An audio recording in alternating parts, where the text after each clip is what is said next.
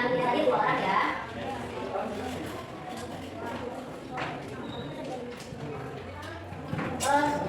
Kembali lagi dengan Ibu ya, pelajaran sejarah Indonesia. Nah, di minggu kemarin kita sudah belajar apa ya? Proses masuknya agama Islam ke Indonesia. Ya, benar, tentang Maya. Terus belajar apa lagi minggu kemarin? Teori atau pendapat tentang masuknya agama Islam ke Indonesia. Benar ya. Terus ada teori apa saja? Ada teori juga agama Islam masuk ke Indonesia pada abad ke-13. Ya, ya. Terus ada apa lagi? Kami ingat masih ingat? Teori muka. Terus ada teori apa lagi? Teori Persia ya. Nah, jadi di minggu kemarin kita sudah pelajari masuknya agama Islam ke Indonesia. Ada kompetensi kompetensi dasarnya ya. 3.8 menganalisis perkembangan kehidupan pemerintahan, ekonomi dan sosial budaya pada masa kerajaan-kerajaan Islam di Indonesia ya, serta menunjukkan contoh bukti-bukti yang masih berlaku pada kehidupan masyarakat Indonesia masa kini ya. Nah, kemudian tujuan pembelajarannya mengidentifikasi kerajaan-kerajaan Islam yang pernah ada di Indonesia. Yang kedua, menganalisis perkembangan kehidupan pemerintahan, ekonomi ya, dan sosial budaya pada masa kerajaan-kerajaan Islam di Indonesia. Kemudian yang ketiga, membandingkan perkembangan kerajaan Islam di Sumatera dan Pulau Jawa ya. Terus, siapa yang tahu kerajaan-kerajaan Islam yang pernah ada di Indonesia? Oh, pintar.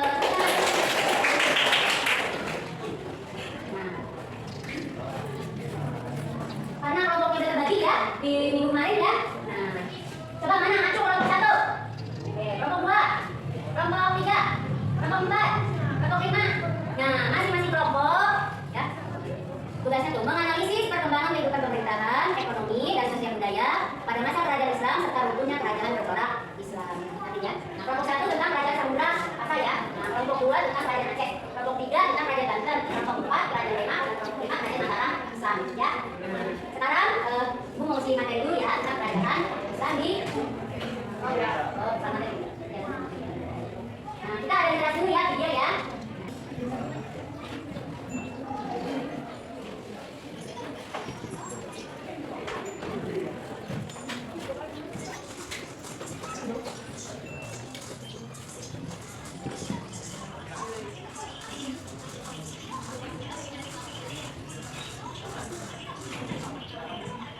Masjid Agung Banten merupakan salah satu masjid tertua di Indonesia. Masjid tua ini tidak lepas dari sejarah penyebaran Islam di Indonesia, khususnya di Pulau Jawa. Masjid Agung Banten adalah peninggalan dari Kesultanan Banten. Tentang video Masjid Agung Banten ya. Ada yang bisa menyimpulkan nggak dari video tadi? Ya. Alhamdulillah, saya menjadi penduduk sambil berwisata religi ke Masjid Agung Banten. Kita bisa berkunjung dan berwisata religi ya ke Masjid Agung Banten. Ada lagi nggak yang mau menyimpulkan dari video tadi? Nah, dulunya fungsi menara itu untuk mengumandangkan suara azan. Sekarang masih fungsikan tidak? Tidak ya? Nah, tidak difungsikan lagi untuk mengumandangkan azan. Ya. Tuh. Nah, siapa yang sudah pernah sana Aco? Semua? Alhamdulillah ya. Nah, kalau belum pernah ke sana ya, jangan ngaku orang Banten ya. Masa ada di Banten nggak berkunjung, benar nggak? Jadi wajib ya. Oke ya. Nah, sekarang kita materinya tentang tadi kerajaan Islam ya. Yang pertama ya, kerajaan Samudra Pasai ya.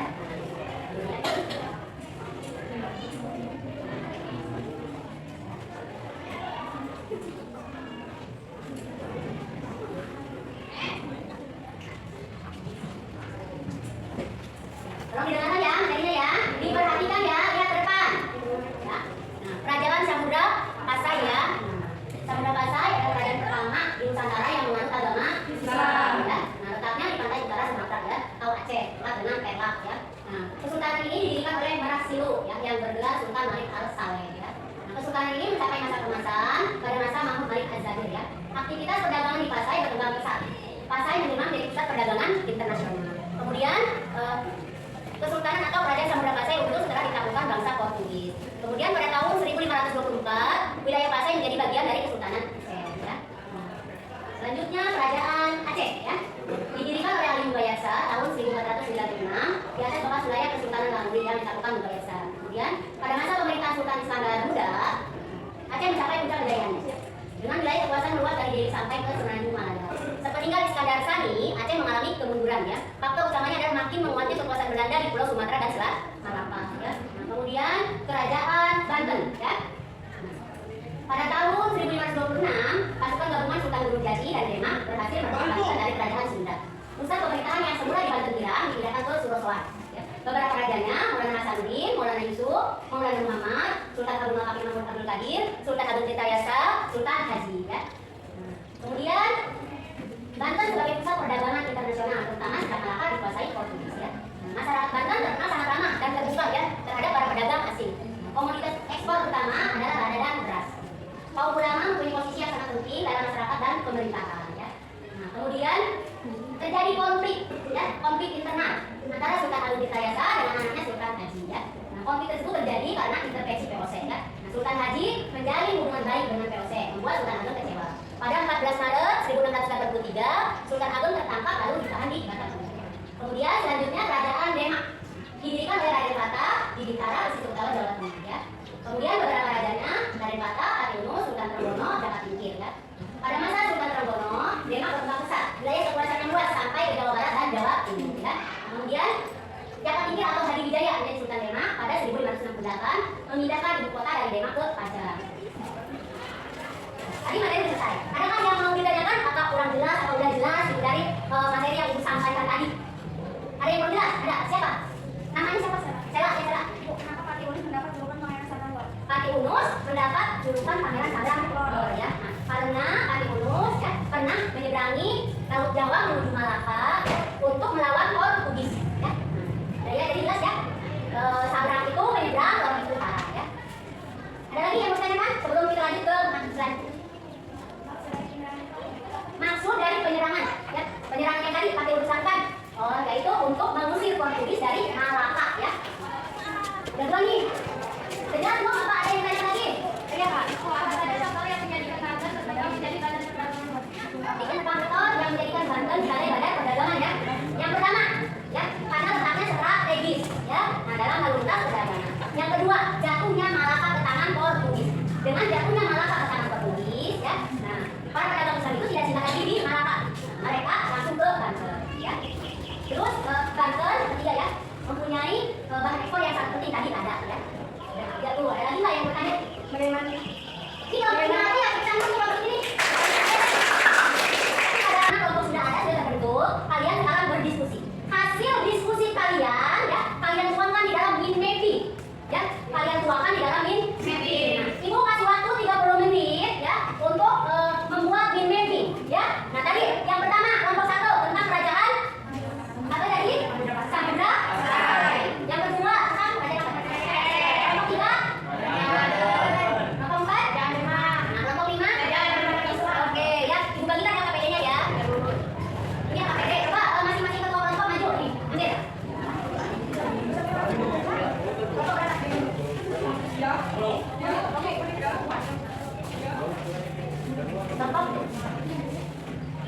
Kelompok.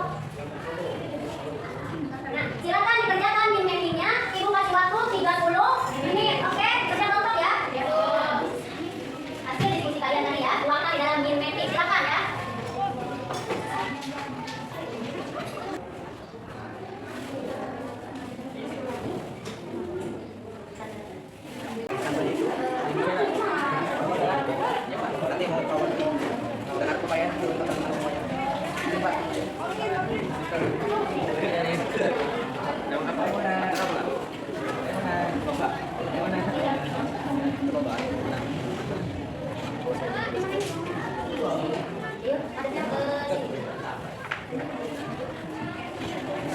Assalamualaikum warahmatullahi wabarakatuh. Saya program dari kelompok 4 akan mempresentasikan hasil kerja kelompok kami.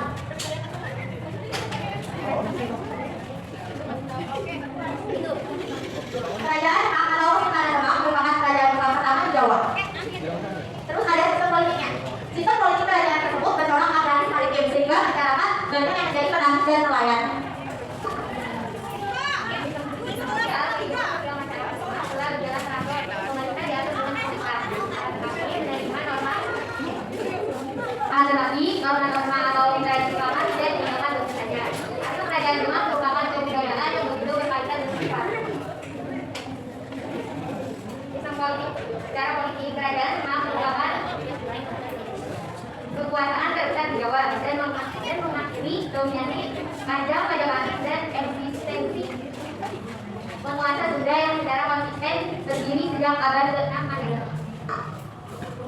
Kerajaan Denmark. Raja bernama Denmark merupakan pendiri kerajaan Denmark berkuasa. Ada negara-negaranya, nasi Alkema, pintu bebek, sama Surya Majapahit. Oke, jika bukan ditanya jawab, silakan ada yang mau bertanya. Coba silakan yang dimaksud dengan pintu gede. Oke, kelompoknya akan jawab. Oke, baik, saya menjawab pertanyaan dari kelompok 3. Jadi, pintu Bledek merupakan salah satu pintu utama dari Masjid Demak Kerajaan Demak dahulu. Dilihat dari namanya, pintu Bledek ini berarti berdiri hingga seringkali diartikan sebagai bukit. Enggak, cukup. Mau ada pertanyaan lagi? Sebelum mengambil presentasi, kita punya ya. Kelompok keempat.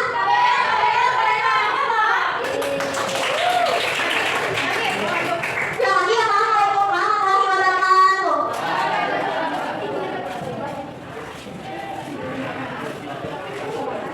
Sekarang berarti kita akan kerajaan Islam ya, yang berada di Pulau Jawa ya, hancur ya akibat politik divide et impera ya, atau politik adu domba Belanda ya. Seperti contohnya ya di kerajaan Banten ya, nah itu Belanda mengintervensi ya, intervensi atau ikut campur ya. Tadi di Cakra ada politik adu domba ya. Politik adu domba itu sangat kejam ya, bisa menghancurkan pertemanan, bisa menghancurkan persaudaraan, bahkan kekeluargaan ya. Nah yang terjadi di kerajaan Banten itu hubungan ayah dan anak, hubungan orang tua dan anak ya. Seperti Sultan Agung Pitayasa dan anaknya Sultan Haji itu berselisih paham, di situ ada adu domba Belanda ya. Ada adu domba Belanda. Jadi buang jauh-jauh ya yang namanya adu domba, karena itu merupakan suatu penyakit hati ya. Adu domba itu penyakit hati ya, yang bisa tadi menghancurkan pertemanan, persaudaraan, bahkan kekeluargaan. Jadi buang jauh-jauh yang namanya adu domba, jangan sampai ada tuh di dalam hati kita nih, di dalam diri kita, jangan sampai ada ya. Nah, karena ada bahaya adu domba ya. Siapa yang dirugikan dengan adu domba?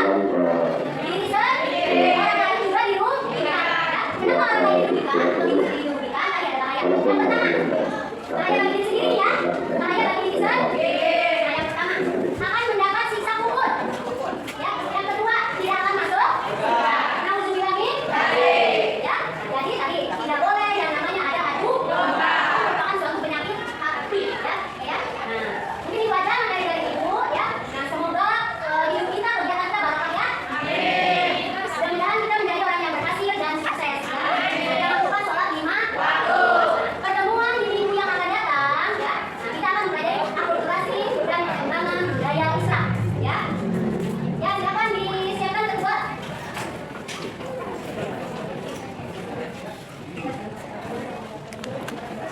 Sekian, belum pulang mari